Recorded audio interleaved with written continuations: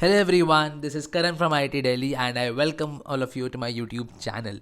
So आज की video में हम स्टार्ट करने वाले हैं chemistry topic wise PYQs for NEET 2023 और आज वीडियो में हम करने वाले हैं GOC जिसका हम करेंगे पार्ट 1।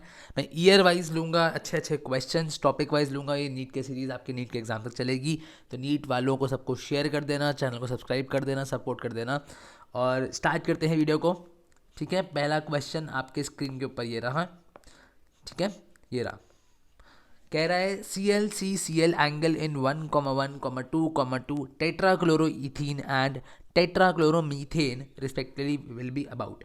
मैं आपको कॉन्सेप्ट्स भी कराऊंगा, मैं आपको ट्रिक्स भी कराऊंगा, सब कुछ कराऊंगा। ठीक है, देखो भाई, पहली बात तो वीडियो को पॉज करो, क्वेश्चन को खुद ट्राई करो। आई होप आपने ट्राई कर लिया होगा। और अब स्टार्ट करते हैं कि कभी भी इस IUPAC को देख के ऐसे भागना नहीं है, छोड़ना नहीं है। पहले स्ट्रक्चर ज़रूर बनाओ, स्ट्रक्चर ज़रूर बनाओ। जैसे कि क्या है आपका 1,2,2 टेट्राक्लोरोइथीन। इथीन का मतलब क्या हुआ भाई, आपके पास 2 कार्बन है और डबल बॉन्ड है। ठीक है, और इस पे भी Cl, इस पे भी Cl, इस पे भी Cl और इस पे भी Cl, ये रहा। अब देखो भाई, और एक आपका कंपाउंड है आपका टेट्राक्लोरोमीथेन। एक कार्बन है और सब पे चारों वैलेंसी, सब पे Cl लगा हुआ है। ठीक है, देखो भाई, इनकी हाइब्रिडाइजेशन तुमको पता होना चाहिए। ये है sp2 और ये रहा sp3। देखो भाई, ठीक है, अब मैं आपको एक चीज़ लिखवा देता हूँ, एक चीज़ लिखवा देता हूँ। अगर आपका हाइब्रिडाइजेशन होता है sp3, फिर होता है आपका sp2 और फिर होता है आपका sp। अगर sp3 है तो आपका बॉन्ड एंगल होता है 109.5 डिग्री, है ना। और आपका sp2 है तो होता है आपका बॉन्ड एंगल 120 डिग्री। अगर sp होता है तो होता है 180 डिग्री। इसको बोलते हैं एल्केन, इसको बोलते हैं एल्कीन, इसको बोलते हैं एल्काइन। ठीक है भाई, अगर ज्योमेट्री पूछ ले, घुमा के कुछ भी पूछ सकता है भाई किसी दिन। ये हो जाएगा टेट्राहेड्रल, ये हो जाएगा आपका sp2 वाला होता है प्लेनर और ये होता है आपका लीनियर। मैंने ज्योमेट्री लिखवाई है, शेप नहीं। ठीक है, ज्योमेट्री कुछ भी पूछ सकता है, मैंने सारी चीज़ें कवर करा दी। अब क्वेश्चन को कैसे अप्रोच करना है, आपने देखा भाई इथीन, और मैंने कराया था भाई इथीन में होता है 120। पहले वाले में 120 है, बाकी किसी में 120 नहीं है। क्वेश्चन खत्म, ए वाला answer.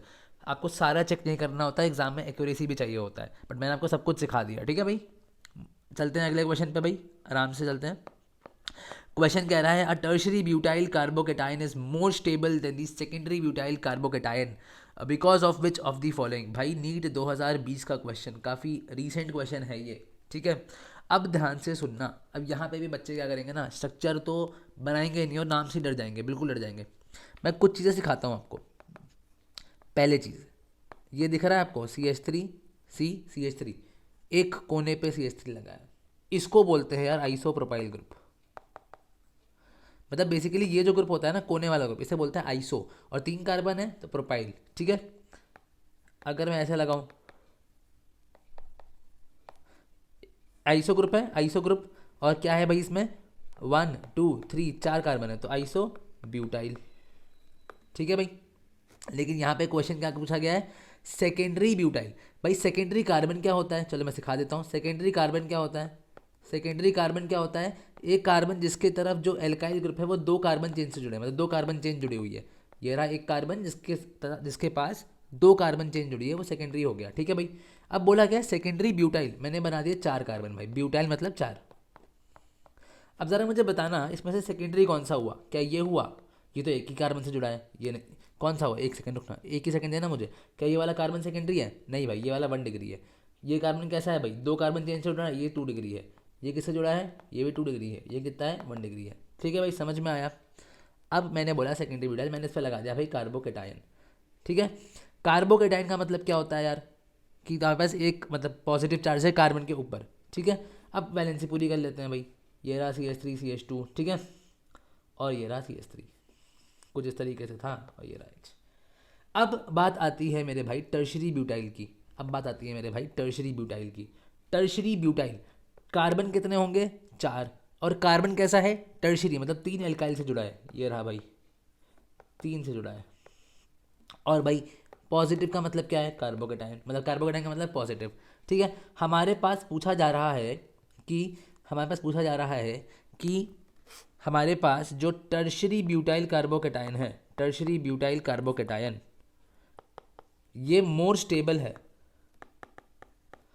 Then compare to secondary butyl carbocation. क्यों? देखो भाई, पहली बात ये होता है ड्यू टू हाइपर कॉन्जुगेशन। किससे होता है भाई? Hyper conjugation. देखो भाई, अब हाइपर कॉन्जुगेशन होता कैसे है और कैसे पहचानते हैं? देखो, पॉजिटिव है, कार्बन पॉजिटिव के बगल में अगर कोई कार्बन sp3 है जिसको बोलेंगे अल्फा कार्बन, उसके पास अगर अल्फा हाइड्रोजन है तो ये हाइपर कॉन्जुगेशन शो करेगा। ठीक है, तो जितने ज़्यादा अल्फा हाइड्रोजन उतने ज़्यादा अल्फा, और जितने ज़्यादा अल्फा हाइड्रोजन उतने ज़्यादा हाइपर कॉन्जुगेशन, उतना ज़्यादा हाइपर कॉन्जुगेशन। अगर जैसे जैसे अल्फा हाइड्रोजन बढ़ेंगे वैसे वैसे हाइपर कॉन्जुगेशन बढ़ेगा। वैसे ही क्या बढ़ेगा भाई? वैसे ही क्या बढ़ेगा? आपकी स्टेबिलिटी बढ़ेगी। समझ में आ रही है बात? देखो भाई, काउंट करते हैं, काउंट ही करना। ये रहा पॉजिटिव चार्ज, इसके बगल में कार्बन कैसा है? sp3, अल्फा कार्बन है और 3 अल्फा हाइड्रोजन इधर है, 3 अल्फा हाइड्रोजन इधर है, 3 अल्फा हाइड्रोजन इधर है। कितने हो गए टोटल? 9 alpha hydrogen. इधर देखो भाई, ये रहे 3, ये रहे 2, कितने हो गए भाई? 5 अल्फा हाइड्रोजन। इसीलिए ड्यू टू हाइपर कॉन्जुगेशन ये ज़्यादा स्टेबल है। अब क्वेश्चन को कैसे करना था पेपर में? देखो, CH3 इस रिस्पेक्ट में तो माइनस आई दिखाता नहीं है, इसका प्लस आर तो कभी होता नहीं है, माइनस आर तो कभी होता ही नहीं है, डी सीधे आंसर आना था। बट मैंने कॉन्सेप्ट भी आपको सिखा दिया है। ठीक है भाई, बढ़िया सी बात है, एकदम मस्त सी। चलो भाई, अगला क्वेश्चन है आपका कि कंसिडर दी फॉलोइंग कंपाउंड्स। ये रहे कंपाउंड्स और पूछा गया है आपका, फर्स्ट वाला ये रहा, सेकंड वाला ये रहा, थर्ड वाला ये रहा। हाइपर कॉन्जुगेशन अकर्स इन, मैंने पहले कंडीशंस बताई आपको, कंडीशंस क्या क्या होती हैं। ठीक है, जिसके साथ भी हाइपर कॉन्जुगेशन होना है उसके साथ अटैच क्या होना चाहिए? कार्बन होना चाहिए sp3 अल्फा वाला, अल्फा कार्बन sp3 होना चाहिए और उसके साथ अटैच होना चाहिए अल्फा हाइड्रोजन। ठीक है, आ जाओ भाई, आ जाओ मेरे भाई, आ जा भाई एकदम। देखते हैं पहला कंपाउंड, देखते हैं, देखना भाई, ये वाला पहला कंपाउंड पूरा पूरा देखते हैं। देखना देखना, इसके रिस्पेक्ट में देखना है, इसके रिस्पेक्ट में अल्फा कार्बन देखो कौन से हैं। ये रहा अल्फा कार्बन और ये रहा अल्फा कार्बन। भाई इधर वाला कार्बन तो sp2 है, तो ये तो वैसे ही नहीं देगा, इधर वाला पार्ट से इधर आ जाओ। अब ये sp3 है, लेकिन इसके पास क्या कोई अल्फा हाइड्रोजन है? अरे रुको, मैं बना ही देता हूँ यार, मैं बना ही देता हूँ, रुक जाना, एक ही मिनट देना मेरे को। अब देखना भाई, इसके पास अल्फा हाइड्रोजन, अल्फा कार्बन कौन कौन से? ये रहा ए, रहा ए बी, बी तो भाई sp2 हो गया, तो इधर से हम चेक नहीं करेंगे। इधर देखो, ये तो sp3 है, लेकिन क्या इसके पास कोई अल्फा हाइड्रोजन है? 0 अल्फा हाइड्रोजन, तो ये शो नहीं करेगा। ठीक है, इधर आ जाओ भाई, सेकंड वाले पॉइंट पे देखते हैं।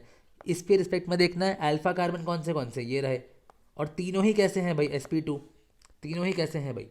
तीनों ही कैसे हैं भाई? pH, अच्छा pH नहीं पता तो बताता हूँ। pH का मतलब होता है फिनाइल ग्रुप, फिनाइल। दिखाता हूँ, ये भी सिखाई देता हूँ, एक सेकंड देना बस मेरे को, एक ही सेकंड देना। ठीक है भाई, देखना, पीएच का मतलब होता है बेटा फिनाइल ग्रुप, ऐसे, ये। ठीक है, सी पीएच, ये भी पीएच, ठीक है, और तीसरा वाला भी पीएच, ये रेडिकल। भाई देखो, इसके रिस्पेक्ट में अल्फा कार्बन कौन कौन से हैं? Alpha carbon A, alpha carbon B, alpha carbon C, और तीनों के तीनों ही sp2 हैं, तो ये हाइपर कॉन्जुगेशन शो नहीं करेगा। ठीक है, आगे चलें। अब देखना भाई, तीसरे कंपाउंड पे देखते हैं, तीसरे कंपाउंड को देखते हैं। ठीक है, तीसरे कंपाउंड को देखते हैं, बढ़िया बात है। तीसरा कंपाउंड बहुत अच्छा सा क्वेश्चन है, तीसरा क्वेश्चन आपका बहुत अच्छा क्वेश्चन है। इसको सिखाने के लिए ना मुझे इस पेज को पूरा क्लीन करना पड़ेगा, मुझे बस 1 मिनट देना भाई। तीसरा क्वेश्चन बड़ा अच्छा क्वेश्चन है।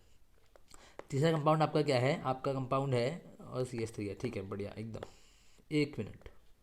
बहुत प्यारा सा क्वेश्चन है, बस इसको देखना। और मेरे ख्याल से किधर लगाया था इन्होंने? रेडिकल इधर है और CH3 इधर है। ठीक है, ये रहा आपका रेडिकल और ये रहा आपका CH3। ठीक है, पहली बात तो ये कंपाउंड कैसे होते हैं? इन्हें बोलते हैं ब्रिज्ड कंपाउंड्स, ब्रिज्ड कंपाउंड्स बोलते हैं। ठीक है, ब्रिज्ड कंपाउंड्स, ध्यान से सुनना। अब याद रखना, एक और चीज़ सिखाऊंगा यहाँ पे। देखो, पहली बात तो इसके रिस्पेक्ट में अल्फा कार्बन क्या है? अल्फा ये रहा। इसके रिस्पेक्ट में अल्फा क्या है? अल्फा ये रहा। ठीक है, अल्फा कार्बन क्या है? ये रहा, और अल्फा ये रहा। अब सबसे इंपॉर्टेंट बात है यार, देखो इस पे क्या हाइड्रोजन है क्या?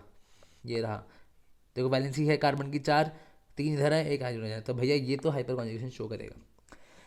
आप अब मुझसे पूछोगे कि क्या सर यहाँ से करेगा क्या, क्या सर यहाँ से करेगा क्या, तो मैं बोलूँगा यहाँ से नहीं करेगा।